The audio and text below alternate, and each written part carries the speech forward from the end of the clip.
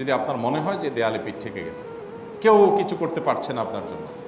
আমি বহু মানুষকে পার্সোনালি এটার পরামর্শ দিয়েছি, ওনারা আমল করেছেন, আমল করে উপকৃত হয়েছেন। এরকম বহু মানুষ আছেন। বৃদ্ধ মানুষ, বাবা ক্যান্সারে আক্রান্ত হয়েছেন অনেক দেরিতে, আল্লাহ তাআলা অলৌকিকভাবে সাহায্য করছেন।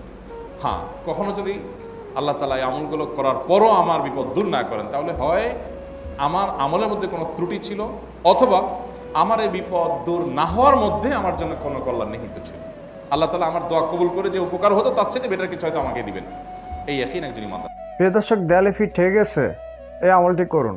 প্রিয় দর্শক, এই ভিডিওতে আমরা জনপ্রিয় ইসলামিক প্রচারক শেখ আহমদুল্লাহ হুজুরের বয়ান থেকে এমন একটি আমল তুলে ধরবো যে কোনো বিপদে অলৌকিকভাবে সাহায্য পাবেন। প্রিয় দর্শক, ভিডিওটি খুবই ইম্পর্টেন্ট, আর বেশি কথা বলে আপনাদের মূল্যবান সময়টুকু নষ্ট করব না। আমরা এক এক করে আমলটি শুনবো। ইস্তেগফারের আমল। ইস্তেগফার, আপনি ফেসে গেছেন কোনো জায়গায়, কোনো উপায় পাচ্ছেন না, আপনি ইস্তেগফার করতে থাকেন। আস্তাগফিরুল্লাহ ওয়া আতুবু ইলাইহি, আস্তাগফিরুল্লাহ ওয়া আতুবু ইলাইহি, আস্তাগফিরুল্লাহ ওয়া আতুবু ইলাইহি, আস্তাগফিরুল্লাহ, আস্তাগফিরুল্লাহ, আস্তাগফিরুল্লাহাল্লাযী লা ইলাহা ইল্লা হুয়াল হাইয়ুল কাইয়্যুম ওয়া আতুবু ইলাইহি ওয়া লা হাওলা ওয়া লা কুওয়াতা ইল্লা বিল্লাহ।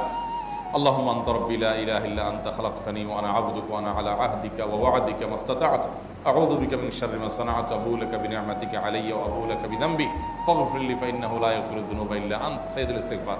এভাবে যে কোনো ইস্তেগফার করতে থাকেন, আপনি বেশি বেশি করে আল্লাহর কাছে ইস্তেগফার ক্ষমা প্রার্থনা করতে থাকেন, খুব বেশি।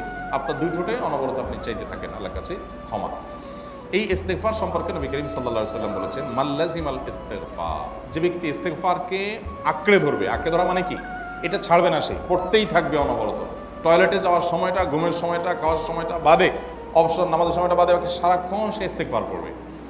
এরকম যদি কেউ করে, আল্লাহ রাব্বুল আলামিন জাআলাল্লাহু লাহু মিন কুল্লি হাম্মিন ফারাজা ওয়া মিন কুল্লি দাইকিন মাখরাজা, সকল পেরেশানি থেকে, সকল টেনশন থেকে বের হওয়ার পথ আল্লাহ তাআলা অলৌকিকভাবে তার জন্য আবিষ্কার করে দিবেন।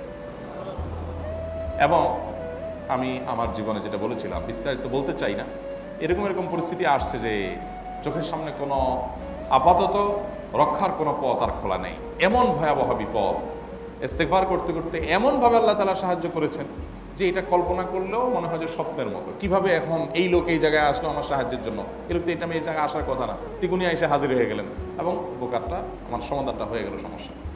তো আলহামদুলিল্লাহ, বহুবার আমি পরীক্ষা করেছি, আর আমার পরীক্ষার 2 পয়সার দাম নাই। হাদিসে বলা আছে, গ্যারান্টি দেওয়া আছে, আমার পরীক্ষা করলেই কি না করলেই। তাহলে একটা আমল হলো কি, ইস্তেগফার। সব সময়ের জন্য এটা কন্টিনিউয়াস করবেন, আর এমনিও অবসর সময় ইস্তেগফার করবেন। আরবদের মধ্যে সৌন্দর্য আছে, তারা বিভিন্ন ডাক্তারের ওয়েটিং রুমে বা বিভিন্ন জায়গায় মানুষ যেখানে অপেক্ষা করে পাবলিক প্লেসগুলোতে লিখে রাখে ইস্তেগফার করুন। আপনার হাইওয়েগুলোর পাশে লেখা থাকে ইস্তেগফার করুন, এবং তারা আসলে একটু পরপর দেখা যায় ইস্তেগফার করে। ভালো মন্দ গুণ সবার মধ্যে আছে, তাদের এই ভালো গুণটা আছে, ইস্তেগফার বেশি বেশি করা। আমরা ইস্তেগফার সচরাচর এইভাবে অনবরত অবসর সময় করার অভ্যাস অনেকের মধ্যেই নেই। আমরা এটা চালু করবো ইনশাআল্লাহ। বিশেষ করে যখন কোনো সমস্যা হবে, তখন ইস্তেগফার চলতে থাকবে মুখে অনবরত। ধীরে ধীরে মহব্বতের সাথে নিজেকে, নিজের পাপ অপরাধগুলোর কথা স্মরণ করে আল্লাহর কাছে মাফ চাইতে থাকবো, পেরেশানি দূর হবে ইনশাআল্লাহ। প্রিয় দর্শক, এরকম নিত্য নতুন ভিডিও পেতে আমার চ্যানেলটিকে সাবস্ক্রাইব করুন। দেখা হবে নিত্য নতুন ভিডিওতে। সে পর্যন্ত ভালো থাকবেন। আল্লাহ হাফেজ।